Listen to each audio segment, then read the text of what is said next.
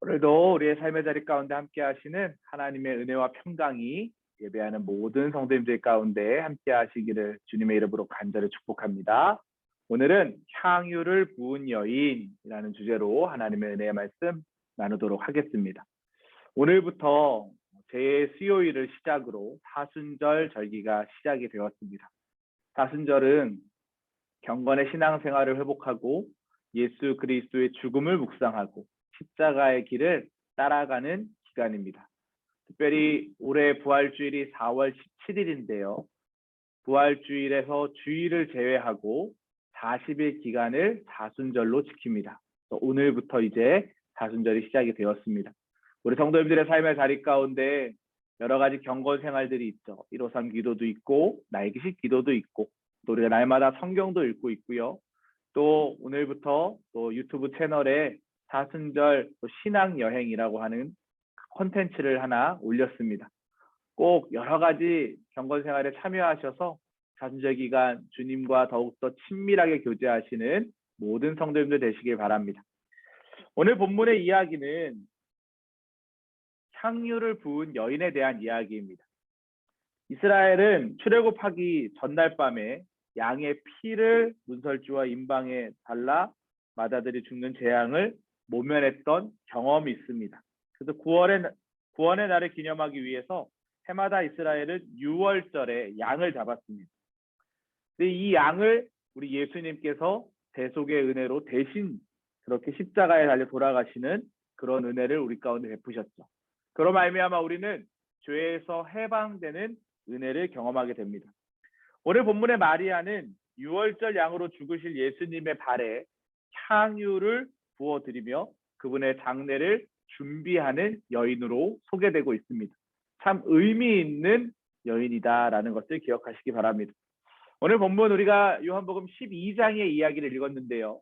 12장부터 21장까지는 예수님의 고난주간 일주일에 대한 이야기로 기록이 되어 있습니다. 특별히 12장의 이야기는 예루살렘으로 입성하시는 장면의 이야기입니다. 이제 오늘부터 이 고난주간을 통해 말씀하시는 예수님, 특별히 사순절의 마지막 한 주간을 우리가 종료주일을 시작해서 고난주간으로 보내게 되는데 그 첫 이야기가 오늘 이야기다라는 것을 기억하시기 바랍니다. 그러면 향유를 부은 마리아가 보여준 신앙의 본이 무엇인지 세 가지를 통해서 우리가 살펴보도록 하겠습니다.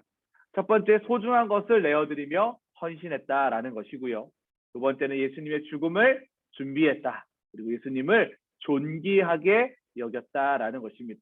그러면 오늘 본문으로 들어가서 조금 더 자세하게 우리가 하나님의 말씀을 좀 살펴보도록 하겠습니다. 첫 번째, 소중한 것을 내어드리며 헌신했다라고 기록되어 있습니다. 마리아는 지극히 비싼 뭐를 드렸습니까? 향유죠, 향유. 그 순전한 나드 한 근을 가져다가 예수의 발에 붓고 자기 머리털로 그의 뭐를 닦았습니까? 발을 닦으니 향유 냄새가 집에 가득하더라. 마리아가 예수님의 발에 부어드린 향유가 오늘 본문에 보니까 300데나리온이다라고 기록되어 있습니다. 어마어마한 돈입니다. 당시 노동자의 1년치 품삯이었으니까요. 엄청난 돈입니다. 그런데 오늘 주님은 이것이 낭비가 아니다라고 이야기하고 있습니다. 가장 소중한 것을 주님께 드리는 거룩한 헌신을 했다라는 것이죠. 예수님은 6월절 엿새를 앞두고 베다니로 들어가셨습니다. 여러분 이 베다니 혹시 기억하고 계시나요? 요한복음 11장에서 나사로를 살리셨던 그 장소입니다. 다시 예루살렘에 입성하실 때 그 베다니를 지나가고 있다라는 것이죠. 그때 마리아가 예수님의 발에 향유를 부어드렸는데 이 향유 부음은 예수님께 대한 철저한 헌신이었습니다. 폴 틸리라고 하는 신학자는 이 사건을 거룩한 낭비다라고 이야기합니다. 자원하는 헌신으로 이루어졌다라는 것이죠. 어떤 학자들은 이 향유가 이 마리아에게 있어서는 자신의 결혼 자금 전부였다라고 이야기합니다. 그러니까 자신의 모두를 다 주님 앞에 내어드렸다라는 것입니다. 오늘 3절에 보니까 마리아는 지극히 비싼 향유 곧 순전한 나드 한 근을 가져다가 예수님의 발에 붓고 자기 머리털로 그의 발을 닦았다라고 기록되어 있는 것이죠. 그런데 가론 유다의 태도는 사뭇 다릅니다. 향유를 팔아 가난한 사람들에게 나눠주지라고 비아냥거리는 말투를 하고 있죠. 그런데 이것은 가난한 사람을 위한 태도가 아니다라고 우리가 성경에서 읽었습니다. 우리는 마리아의 헌신을 통해서 가장 소중한 것, 거룩한 헌신을 드리는 믿음을 소유해야 합니다. 헌신이라고 하는 이 말은요, 바칠 헌자에 몸 신자를 씁니다. 즉 몸을 바치다라는 것이죠. 다시 얘기하면 생명을 전부 다 드린다라는 그런 의미를 가지고 있습니다. 헌신은 나의 가장 귀한 것을 가장 낮은 곳에 쓰는 일입니다. 나의 가장 소중한 물건, 달란트가 하나님이 원하시는 가장 낮은 일에 쓰이는 것이 바로 헌신이다라는 것이죠. 그렇기 때문에 헌신은 철저한 거룩한 낭비임을 기억하시기 바랍니다. 주님의 뜻을 따라 살아가는 모든 이의 삶이 주님께 드리는 아름다운 헌신입니다. 사랑하는 성도 여러분, 사순절 기간입니다. 여러분은 주님을 위해서 어떠한 헌신을 다짐하셨습니까? 저는 3년 전부터 이 사순절 기간이 되면 저녁 금식을 하고 있습니다. 금식해서 모은 물질로 불우한 이웃들을 돕는 일에 그렇게 조금씩 헌금을 했던 삶을 살고 있습니다. 올해 사순절에도 오늘부터 저녁 금식을 시작했습니다. 벌써 배가 너무 고파요. 하지만 이 배고픔의 고통이 주님의 십자가의 고통과 비교할래야 비교할 수 없습니다. 거룩한 헌신, 여러분도 실천해 보시기 바랍니다. 여러분의 삶의 자리 가운데 소중한 것을 내어드리는 헌신의 삶이 되시기를 주님의 이름으로 간절히 축복합니다. 두 번째, 이 마리아의 헌신을 통해 우리가 알 수 있는 것은 예수님의 죽음을 준비했다라는 것입니다. 예수께서 이르시되 그를 가만두어 나의 장래할 날을 위하여 그것을 간직하게 하라 라고 기록되어 있습니다. 유대인들은 장례를 치를 때 죽은 사람의 몸에 향유를 바르는 풍습이 있었습니다. 왜냐하면 너무나도 날씨가 더웠기 때문입니다. 습도는 높았기 때문에 시신이 금방 부패되었어요. 시신이 부패되면 어떠한 일이 발생하나요? 냄새가 나겠죠. 그래서 향유를 발라서 그 냄새를 희석화하는 그런 작업을 했다라는 것입니다.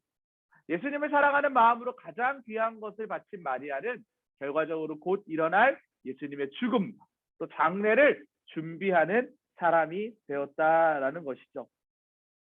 오늘 7절에 보니까 예수께서 이르시되 그를 가만두어 나의 장례할 날을 위하여 그것을 간직하게 하라 라고 기록되어 있습니다. 장례할 날을 위하여 이렇게 되어 있는데요. 이것은 무엇을 얘기하나요?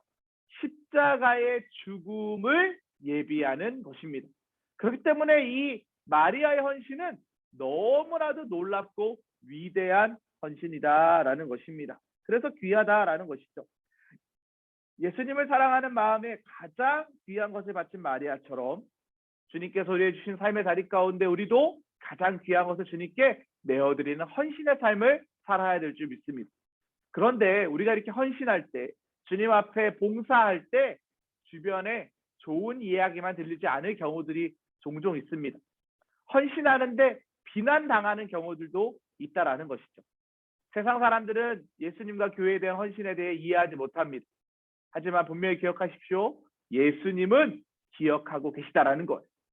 그래서 가룟 유다의 비난 가운데 예수님은 이를 제지하시면서 마리아를 가만두라라고 말씀하시죠. 그리고 헌신자를 지켜 보호하십니다. 사랑하는 성도 여러분, 세상의 눈을 의식하지 마시고 주님께서 여러분들을 기억하고 계심에 초점을 맞추시기 바랍니다. 우리도 귀한 헌신을 통해 주님의 장례날을 기념하는 인생이 되었으면 좋겠습니다. 주님의 장례날이 무엇입니까? 이 사순절 기간에 우리가 묵상해야 할 바로 십자가입니다. 십자가를 우리는 바라봐야 합니다. 십자가 사건을 통해서 나를 살리신 예수님을 바라보면 좋겠습니다.